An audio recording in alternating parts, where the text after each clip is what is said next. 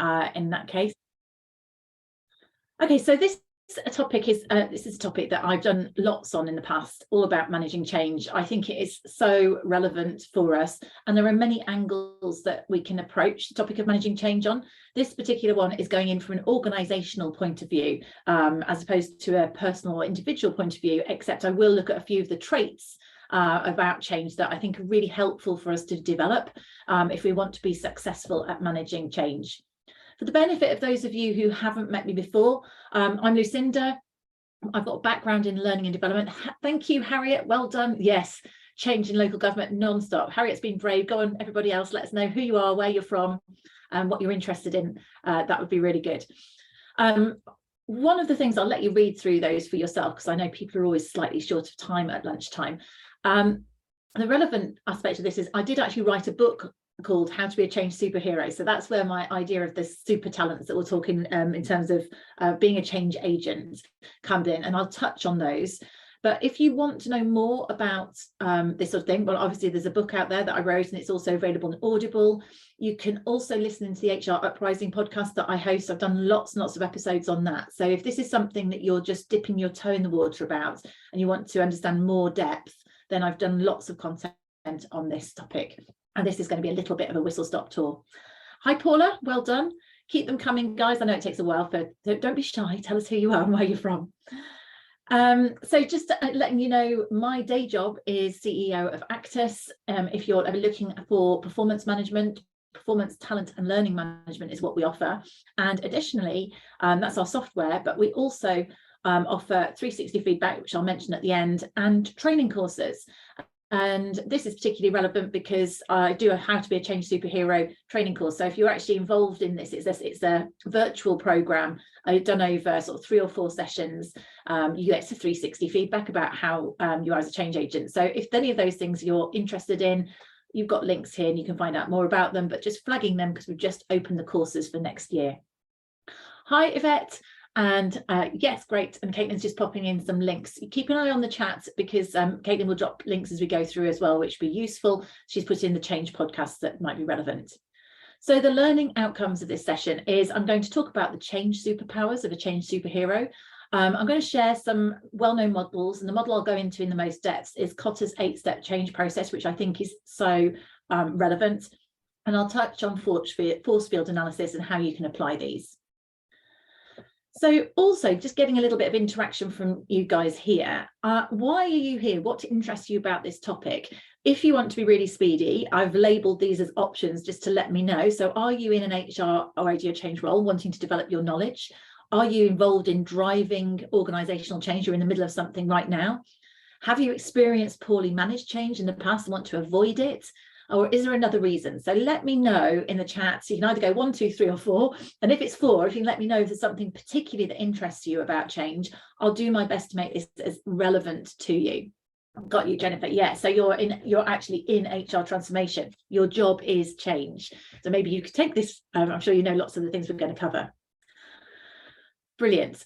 Thank you, guys. I can see where you're doing this. Okay, lovely. So I'll keep an eye on the chat there, just getting a sense of where you're coming from. Is there any other specifics? So some of you are developing your knowledge. Some of you are actually involved in supporting people through change. And yeah, Harry, if you look at the podcasts links there are a number I've done on actually individuals too. So in terms of this, I thought let's get you thinking about, I bet you've experienced change, everyone's experienced change in the workplace that perhaps hasn't been as successful as we might have liked it to be. And these reasons here are reasons that I've experienced or are really common reasons why change doesn't work as well as you might want it to. And if that isn't the case, I wanted to give you the opportunity to say, if you've experienced a change where you didn't think it worked as well as it should, which of these reasons do you think were for it? And it may well be multiple reasons. When I put people, it might be because people haven't bought into it, people resist it. So we talk about force field analysis. You can have people who are for something, influencers and towards a change, or you've got people who are resisting the change and don't want it to happen. So what sort of things have you experienced, or maybe even the most common ones there? And what we'll do is we'll tie these in to when we look at the Kotter model as to how you can avoid them.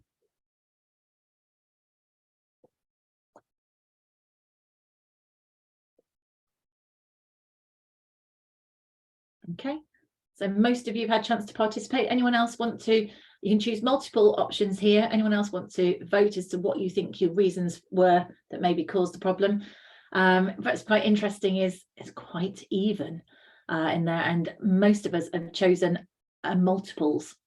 All right, so I'll just end the poll there because we've got 81% have managed to vote. So what we've got here, the most common is lack of buy-in or resistance. And it's fascinating because actually we see that people are resisting change, but it's often that we haven't communicated it well enough and helped people to understand why something's a good thing or why it's necessary. So that's a real key one. Communication, I think, is one of the most critical skills of a change agent or a change superhero.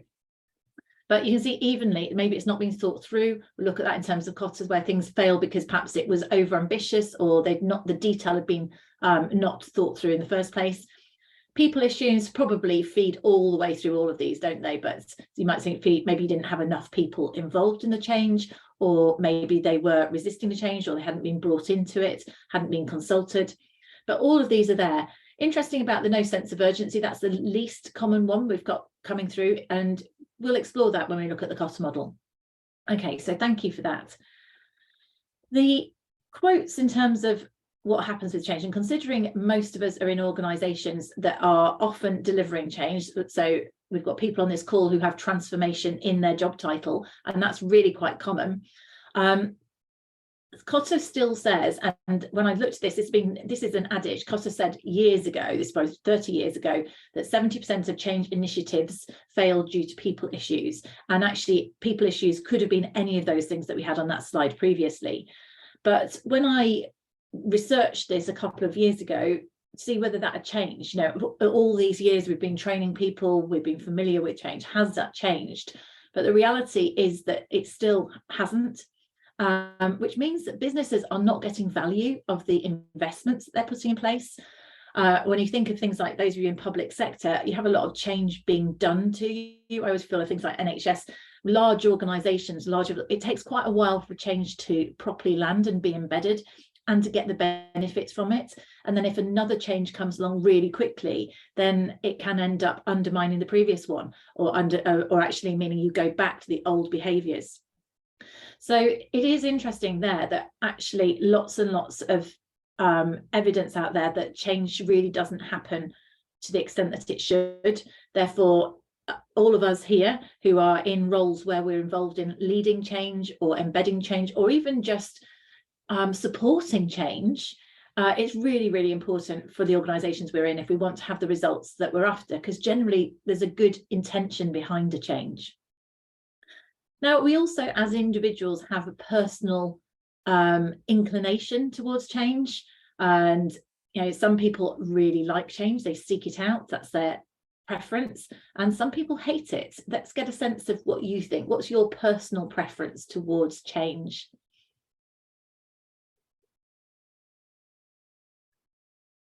And I'm interested in the ones that people went straight with there.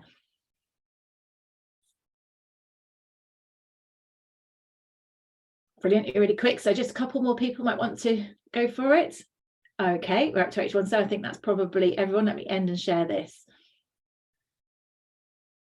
So this is interesting, isn't it? So probably you've self-selected, honestly, on this call. So if you look at the average people out there, there's lots of people who absolutely hate change.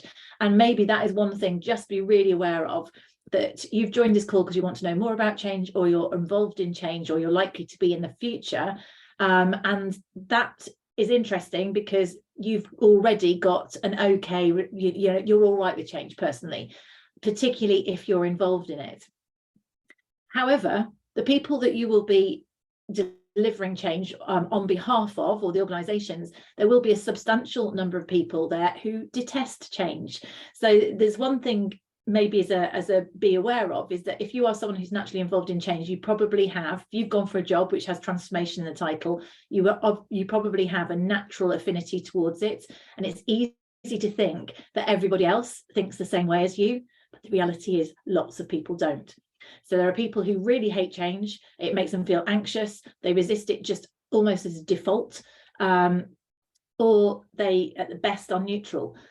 The interesting thing is that most of you said I'm all right with it if I'm involved, and that's one of the, there is a quote which, forgive me, I've forgotten whose it is, it's not in these slides, I use it in one of the other ones, is they say that people don't hate change, they hate change being done to them. And again, that is quite a key thing to always have in mind, is that if you're involved in leading a change, how can you take people with you? So thinking back to those earlier points where we were saying causes where change fails is often because people haven't bought into it, and that's simply because they feel like it's been done to them. And when we look at how we can solve that, it all comes down to our communication and the way in which we work with people to accept to change is necessary or buy into it ideally. So if you're involved in change, you're likely to be involved in change, and as I've done a third of my book is on these superpowers, so I won't go into them in huge detail here, I'm just going to summarize them. But I believe that these are the skills / superpowers that we need to really develop in ourselves if we want to be effective change agents or change superheroes. One of them is being courageous, and being courageous means putting your head above the parapet. Quite often a change is unpopular, so being open and honest about something, facing up to challenges from other people, working out being on message. It may also be about being courageous and challenging upwards. If you're someone who has been told that you've got to deliver a change, you might need to challenge or have the courage to ask, well, why is this necessary? You may need to ask questions in order to get the information that you need to communicate with people the rationale behind a change, to make it more palatable. The second one is connect with strategy. This is linking to the why. So the courage is about, challenging, standing up and being countered, and challenging people perhaps who aren't taking on the right behaviors. The second one is about the connect with strategy, is explaining the why, and this is all about helping people buy into change. And in a moment, I'm going to mention something called the change equation, which this links to. So if you're talking, most of us are talking about organizational change, but if you're thinking about personal change, you kind of connect to the future. So if we're saying we're going to have to do a restructure, well, what is the reason for that? Helping people understand that strategically, if we don't do this restructure, then the business won't be competitive in a given market, or the benefit of this restructure is that we're going to be able to compete or attract talent, or be more streamlined in terms of our processes, or save money, whatever it is. What's the business why as to why this change is essential? So we always need to know that. Corroboration is about evidence, so it's not just sort of blowing stuff out there and just spinning stuff. It's also giving evidence as to why something's necessary. So if, for example, so this is the reason why we need to make this change, you could corroborate that with the fact that company X delivered a similar change and they achieved these benefits, or we've had feedback from our staff or our customers which tells us that we need to fix this problem, and that's why we're making this change. So the corroboration is about backing up that why with evidence, so thinking about being evidence-based practitioners. Communication, it's just, you can't over communicate. Again, Cotter, who I refer back to regularly, he says that you need to communicate change 10 times more than you think you should. So often we think we've told people something but they haven't heard it, and so we need to communicate, but that's not necessarily communicating the same message and then sending another email, then another email, then another email. It's about thinking about varying our communication. So it might be communicating the same message in a variety of medium. So whether it might be an email, there might be a video, there might be some face-to-face, there might be one-to-one communication, there might be big group communication, focus groups. It's about taking people with you. So again, going back to that point earlier on the poll where lots of you said that people haven't bought in, usually that's because there's been too little communication and they've just been told, here's the change, go and do it. They haven't been involved in accepting the change. They haven't had their concerns heard at all, and so that becomes an issue. So communication is one of the main things that I think most of you on this call, you would be trying to facilitate communication, communicating yourself, spotting where there's gaps in the communication, making sure the communication is varied, making sure the communication is appropriate to people's concerns or their interests. And then collaboration is you can't change on your own. So you need a team of change superheroes to get a change to happen. So it's very much about working with others and having that we mentality, collaborating to identify where there's concerns, listening to people's challenges, trying to fix things, and being really sort of positively a we person, right, rather than an I. So those are the 5 superpowers. As I say, you can read lots more about that or listen to it on one of the podcasts that I go into each of those in more detail as to how you can do those. But that gives you the idea of maybe the skills you might, if you ask rhetorical questions to yourselves, if you were to think probably of those 5, you may be really good at a couple of those, but maybe one of these you need to do more of. So that's maybe something as a takeaway, you know, which might you want to do a little bit more of, which might you want to work on, and which ones are your strengths? Do you know where your strengths lie? Do you know where you need to improve in terms of just those exercising those superpowers? So the change equation is just another way of thinking, how am I going to communicate the change? When you think about how well is it going to go over? And they say that basically the effectiveness of a change, it equates to D times A times E, and they've got to be bigger than the cost, basically. So the analogy people have probably heard across, it isn't a very nice one, is the burning platform. People won't change unless there is a level of dissatisfaction with the status quo. So currently that platform's on fire, so I have to jump. Or as an absolutely amazing future that they're really attracted to, then you've got to factor in how easy that change is. So if it's dead easy, then maybe they're going to do it. But even so, even if they are both dissatisfied with the status quo, both bought into an attractive future vision, the change isn't ridiculously difficult. If the cost is too high, whether it's personal or financial, and that could be, you know, people, you don't always know what people's perceived cost of something. So that could be, it could be giving up a role, it could be convenience, it could be status. If they feel the cost is too high, then they're not going to make that change. They're going to be more resistant to that change. So we've always got to be aware of those. Now, how is that important? How is that useful? It doesn't really matter whether you know what the equation is, other than thinking about if you're communicating change and you want people to buy into it, and think about a force field. You've got people pushing towards it, so, or, you know, people going either way. You want to make that change. You've got to make enough things attractive in terms of the future to help people understand, buy into that lovely future vision. Or slightly more negatively, you might want to make people more dissatisfied with the status quo, or you might want to, from point of view of if you're imagining a force field analysis, take away some of the blockers to that attractive future, or add in more dissatisfaction with the status quo. So pointing out, so that could be, you know, if we stay as we are, much as we like things like this right now, in a year's time, we won't have any XYZ, but, you know, we might not have any customers, or we'll be losing people in terms of attrition. I'm thinking there's a change going on near me at the moment where people are against some building work, but you're kind of thinking, if we leave things as they are, actually this particular leisure centre will probably go out of business in 5 years' time. So maybe we have to accept that some changes have to be made now. So all of those things, it's all about the relative cost, though. What is it for those people, that the cost in their mind? And this is where being a change superhero is quite useful. If we can talk to people, ask how they really feel about it, actually, you know, understand their concerns and help to unpick them. And by having those sort of one-to-one conversations, you'll often uncover themes which again need to be communicated. So you might find that there are things where people have a perceived cost of a change, which means they're going to resist it. If you know that, you can take it back, come up with solutions, and adapt the communication to address those themes. It's a kind of sales job, basically. So that's about linking to the change equation, linking it to getting buy-in, and all of this is about buy-in, really.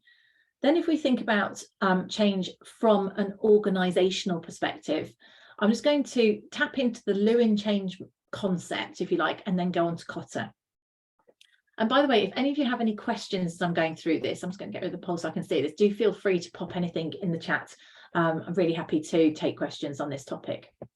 So Lewin's change model, he says that in order to make a change, it's not just simply you just go make change. You have to effectively unfreeze and let go of the old way of doing things, make the change, and then refreeze in that new way. So the analogy for me, I was thinking, if you you've got Father Christmas ice cubes randomly in your freezer, let's say, and you want them to be reindeer ice cubes, you can't just say change it from one to the other. You've got to actually turn it into water first, defrost it, and then reshape it, freeze it in that new way. So there's a whole sort of cycle to this and a curve to this. And there are stages that we go through in terms of that. Now, there's lots of curves involved in change. Lots of you probably heard about the change curve in terms of people's emotions. I'm not going to go into that here, but that's a different way of thinking of a curve relative to this in relation to change in an organizational status. So I'm going to then layer this Lewin change model onto Kotter's model, which is an 8-step model of change. So Kotter's model here, let me just move my slide on for you. So, and actually I quote, "Our iceberg is melting," so it links again with the ice thing. He wrote a book called "Our Iceberg is Melting," which is one of those really easy to read books, which is a sort of a parable. It's all about how you take people on board with a change, and it's all about penguins trying to convince others to make a change. So what I've got here is I'll take you through this, and then I'll go on to sort of a case study as to how we as change agents can behave through this cycle in order to make the change successful. So the starting point here, we're talking about the unfreezing of an organization. So to start off with, we need to establish a sense of urgency. Now, why is that? The urgency piece is about why we need to change now, because naturally people don't want to, they'll put things like, okay, mañana. So this all ties in, again, you see the link between this and also the change equation. So you need to identify potential crises or major opportunities. So it's working out the bigger why. So you can think about that connector strategy. Why do we need to do this? And why do we need to do this now? This unfreezing is kind of going on in the background. If we're talking about organizational change, you don't have the whole company knowing about this. This is where we're actually working out what and how to change and what the messaging should be. In an ideal world, if you're in an organization, you would be involved early on so you know about this. Quite often, as change agents, you might be told that a change has to happen. So the board have made a decision and you're the one having to implement it. So you might need to go back and say, okay, I understand this change has got to happen, but I still need to understand the why and what if we don't. You need to have enough messaging to be able to convince others. Then we talk about forming a powerful guiding coalition. So this is our collaboration, working with other people. You need to assemble a group large enough to lead the change. Now, when I've trained on this, one of the things that often people say that made a change fail is that the detail wasn't thought about early enough potentially. And some of you, in fact, quite a number of you said that it hadn't been thought through in terms of the change, why change has failed in your experience. That often is because the coalition of people involved in the change are almost too high level and too far away from the realities of the change, and they underestimate some of the technical challenges. So let me give you an example of, let's say you were going to put in a new expenses system in your organization, and the people who are good at project management are all involved in this guiding coalition. And so they've set a timeline, they've agreed what's going to do, you've got a new provider, but no one's actually sat down with the people who do the expenses or people in accounts and understood that there's 3,000 line items that need to be recoded. So they've got probably a really unrealistic timeline or something like that detailed. So one of the things about a guiding coalition, if you're involved in it, it's worth making sure that certain specialists are involved or at least consulted early enough before things like timelines are put in place.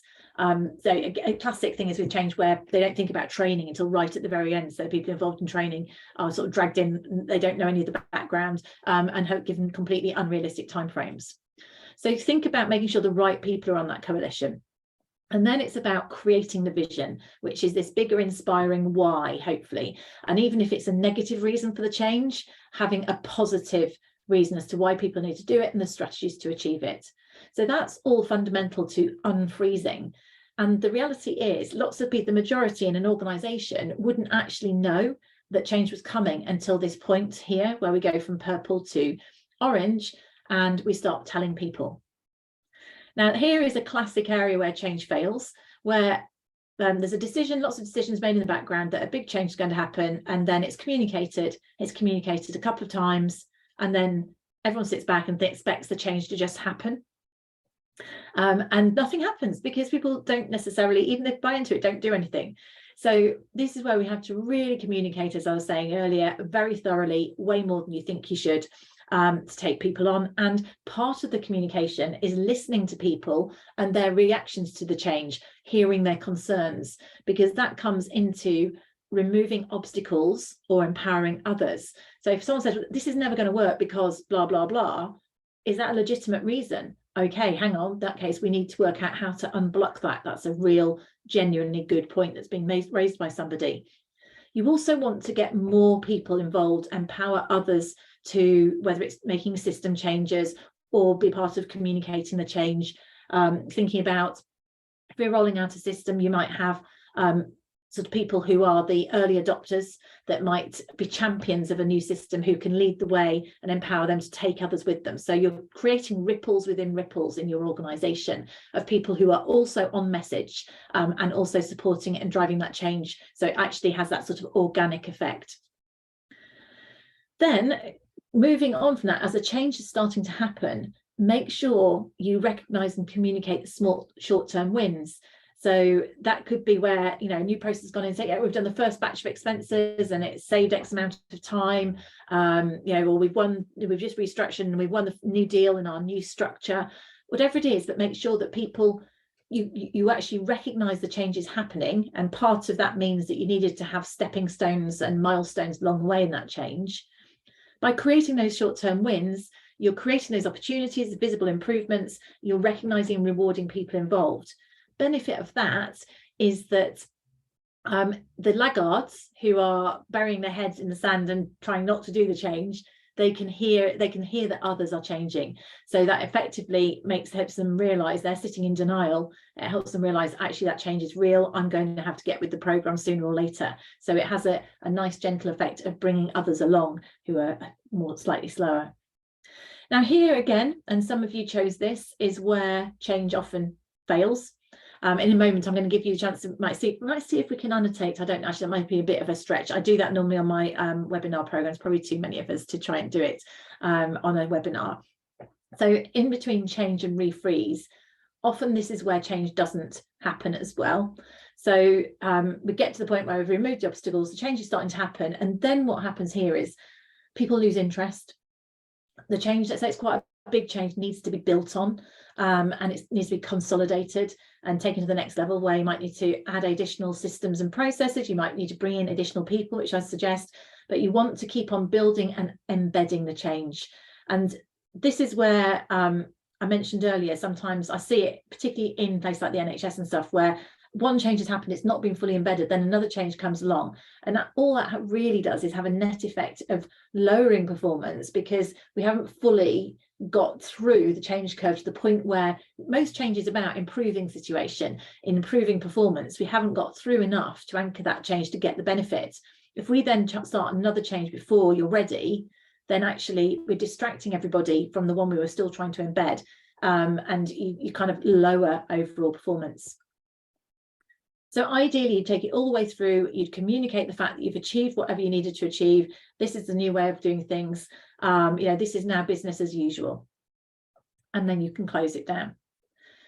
So that's an overview of the Kotter change model. And you can apply this. I apply this. If we work with clients to put in our performance management platform, we'll use this and support them as to how to do it and give them all the bits along the way to do it. But if you want to think about how you act as a change agent in these circumstances, these are the things that I think you can do to help really sort of embed these things to make it work properly. So you start, the points at the start is make sure that there's a clear start and end for the change. Make sure also that you've got sponsorship, so your leaders are there and tell them what to say. I hate to say it, but actually sometimes you really do have to make sure that people say the right things and they stay on message. You know, the people that you're delivering the change on behalf of. In terms of the powerful guiding coalition, make sure the right people are involved. So the point I made earlier about not just, I haven't mentioned personal attributes, but whether people know certain detail that would be useful. You might need specialists relevant to it, should be involved early enough in there. But other things to think about. Don't be afraid of including people who might be resistant. If you can identify somebody in an organisation, they're not always senior, but you know they're real sort of, they command lots of influence. Sometimes it's better to get them on board, get them to buy in early, because it stops them undermining things later. It's almost like keep your enemies close type approach. And so just think about the variety. In my experience in organisations, you often find it's the usual suspects that get on these sort of committees. Try and make sure that you really get a spread, and it's the right people with the right mix of both personality and relevant skills. In terms of the vision needs to be exciting and relevant.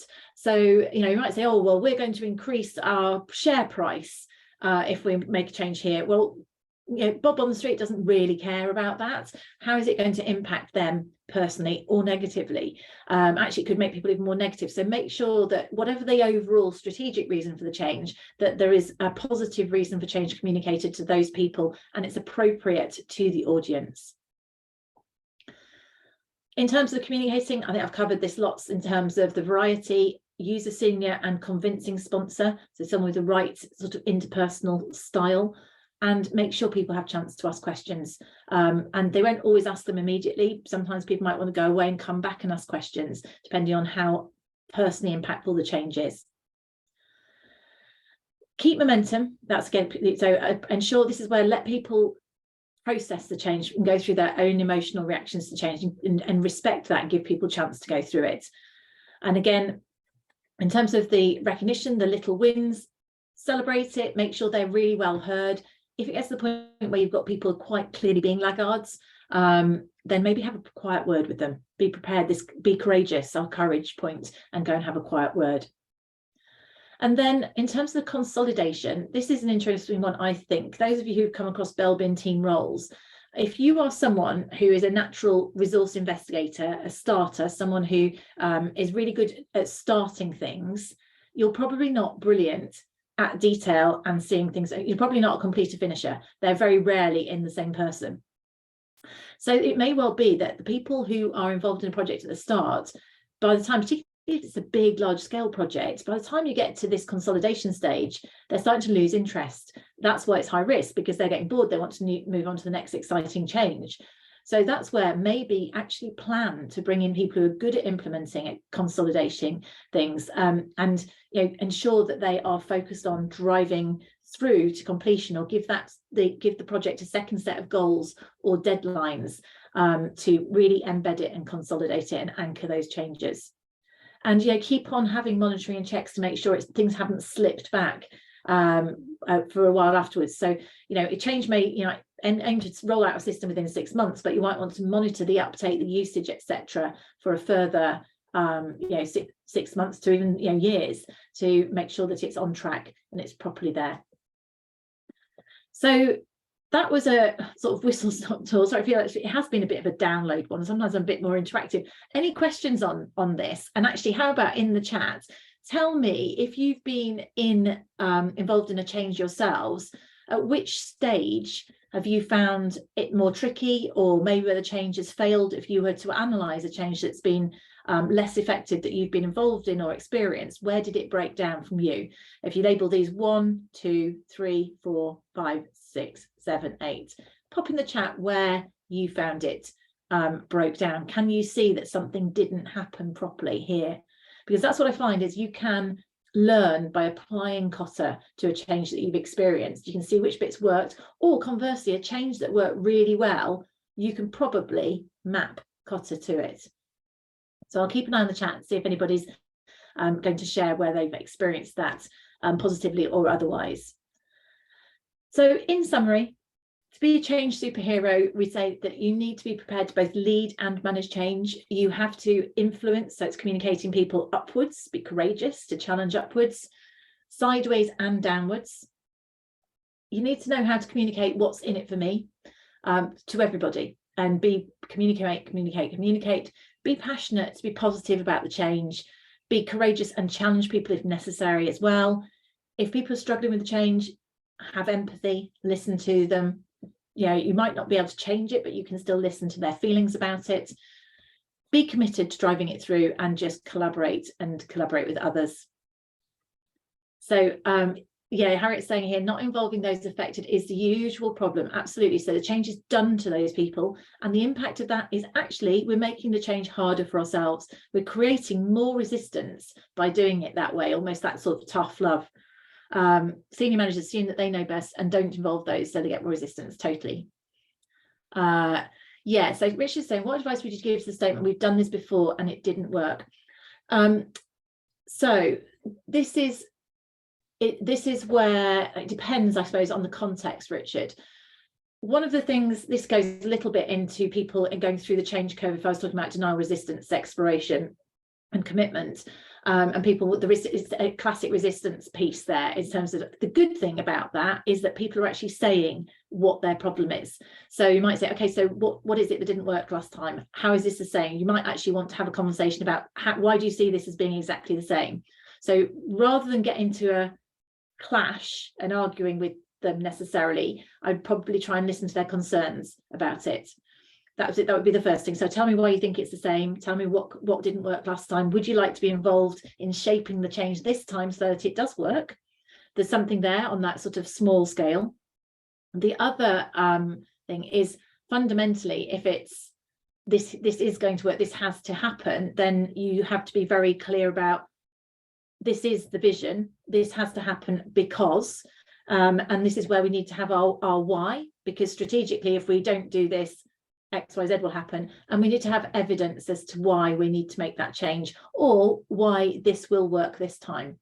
So it comes down to the communication, but it's usually more effective to pull people first to them, ask them what their concerns are, and maybe even ideally coach them as to how it might be different, because then you take them with you. Any other questions, please feel free to pop in the chat. I've gone to the end of the overall slides now, so I'm just going to pop some summary, which has got some future links on. We'll send these out to you. So by all means, put chat in here, guys. Mentioning here, if any of you are interested in 360 feedback, we're doing a 360 discovery session next week, which you can just book on, find out a bit about 360 feedback. We actually do have a change superhero 360 thing as to the 5 traits, but you can use it in organisation for developing managers, etc., etc. So lots of people, don't necessarily find it a bit mysterious. So the idea of this session is to demystify it. If you want to join that, then Caitlin's dropped the links in there. And talking about the change, I mentioned it at the start. If you want to go into more depth and have the chance to talk about the change, as opposed to me just talk at you, then join the Change Superhero training. It gets really great feedback. It's really nice. It's lots of other HROD people usually. And so we share challenges and we go into all of this in more detail and get that. So if you want to know more about that, the webpage, you can go and look at our webpage as to all the training courses that are available. Or if you've got other people who want management training or impact and influence, our new course, those are our open programs, and we also run in-house. That was one of the quotes here from someone very nicely about that. So we're really pleased with the change. So if you're involved in it, you might find that useful.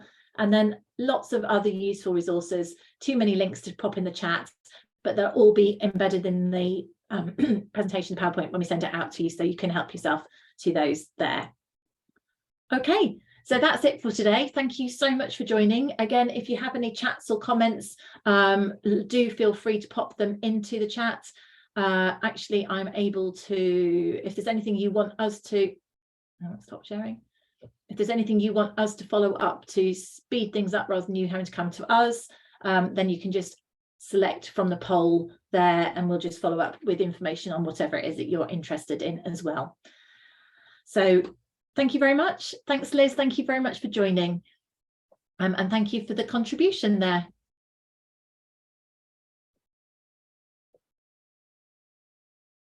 Oh, thanks, Richard. Thank you for joining.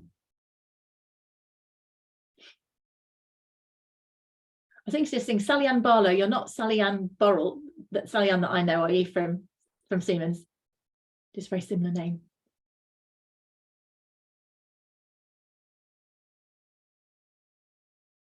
Yeah, you're in the right job then, Elaine. Just remember, lots of other people don't love change.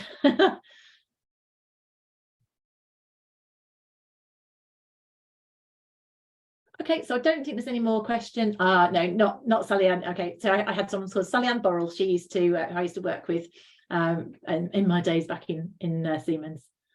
Thank you for joining. Okay, I'm going to end this now. And if you said you want to know more about the courses, we'll follow up.